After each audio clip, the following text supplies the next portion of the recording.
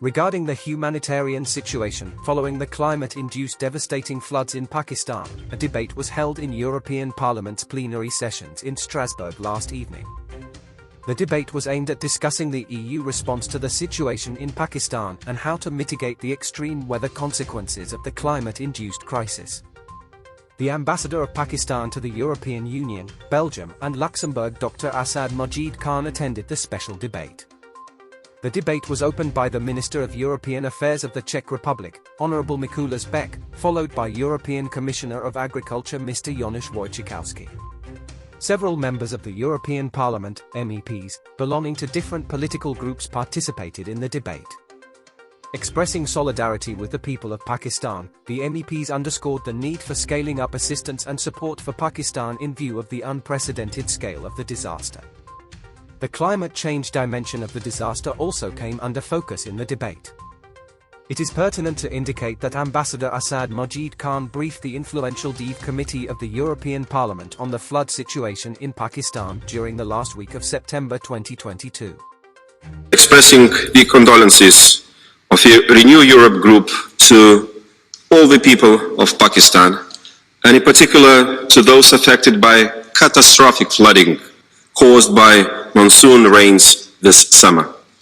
Special condolences to the people of Balochistan and Sindh provinces. Pakistan needs our immediate support and humanitarian aid. But in terms of the intensity of the phenomenon involved, in April, the highest temperatures ever recorded in Pakistan, 51 degrees in Sindh province. We have to help Pakistan. It's only right and proper. It's not a question of charity. Pakistan Ambassador Khan. The heavy monsoon rains have triggered the most severe flooding in Pakistan's recent history, washing away lives and livelihoods and causing unprecedented damage to the infrastructure.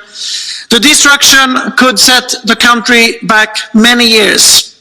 Pakistan is an important partner to the European Union, and we must support. This debate has highlighted how humanitarian needs and climate change are connected. Extreme weather events are also creating new humanitarian crises across the globe, like the one unfolding Pakistan. On behalf of the Presidency and the Council, I would like to express my sincere condolences to the people of Pakistan who were hit with the worst flooding in the country's history. In this tragic context, we should be proud of the fact that the EU and its member states were one of the first responders to this disaster. Just yesterday, I met the Pakistani ambassador and we took stock of the dramatic situation affecting Pakistan, as well as the assistance that Europe has been providing in recent weeks. We know that fighting the climate crisis is a difficult endeavour, but we can mitigate its worst consequences with a careful policy to fight hydrogeological instability. Let's do it together. Pakistan is responsible for only 0.3% of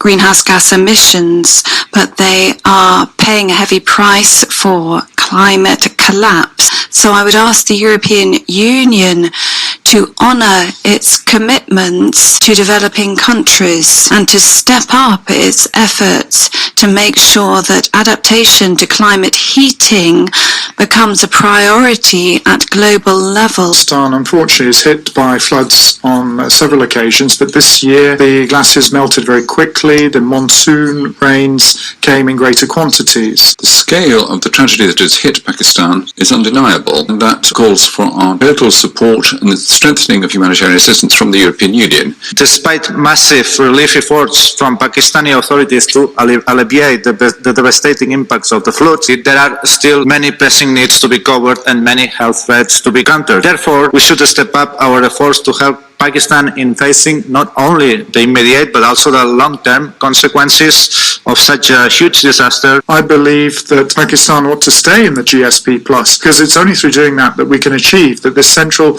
Asian region remain in place where we need them. It has been on the list of the 10 countries most vulnerable to climate change, and over those 20 years it's been suffering another crisis too, the external debt trap. These endless floods have led $10 billion to be lost, but it's spent more than $15 billion billion repaying debts that continue to increase thanks to the terms of the IMF, which forces Pakistan to cut its social expenditure and increase the prices of basic commodities. It's improper to enrich yourself from others' impoverishment. If the European Union wants to help palliate the humanitarian emergency in Pakistan, it should start by cancelling its share of this unfair debt it has with Pakistan. So we need to step up our aid for adaptation and prevention policy, provide a protective framework for those displaced due to climate change.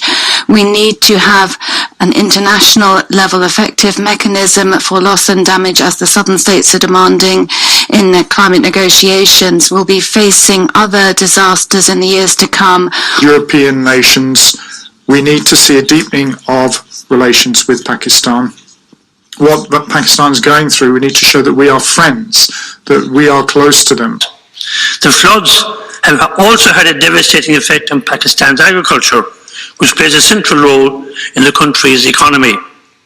It is essential that the EU stands with the people of Pakistan, a country with which we have strong bilateral relations for over 60 years.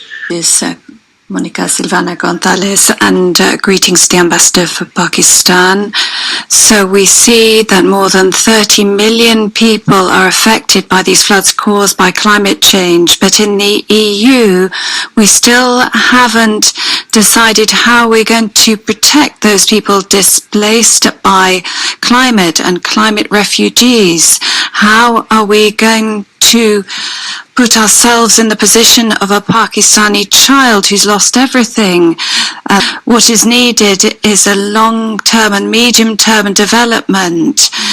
What we're seeing now is an effect of all the emissions of greenhouse gases since industrialization. And if you look at that amount, then we know that we in Europe, together with the US, we basically stand for 50% of those emissions. So we have to stand up and assume responsibility for these historic emissions. The humanitarian support that the EU has provided to Pakistan to date is insufficient. Let me remind you, though, that solidarity, although it's vital for those receiving it, is not enough on its own. We have to address the causes of climate change. I hope that we won't just be supporting the Pakistani people, but we'll find a way of limiting such developments in the future. Obligations that we have to stand up to, and we're seeing serious effects now with the disasters in Pakistan. The Pakistani government's turning to the whole world asking for help.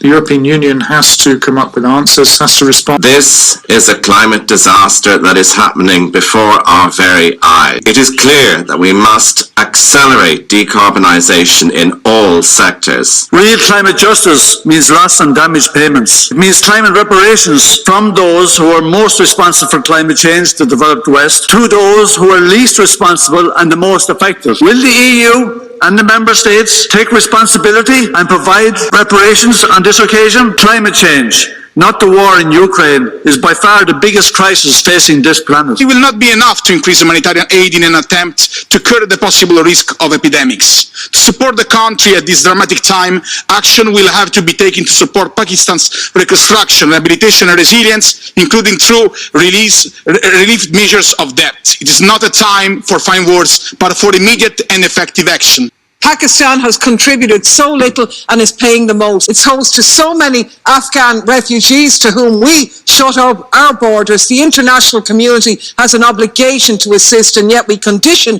our relief or give them a pittance. It's just not good enough. It's time to act.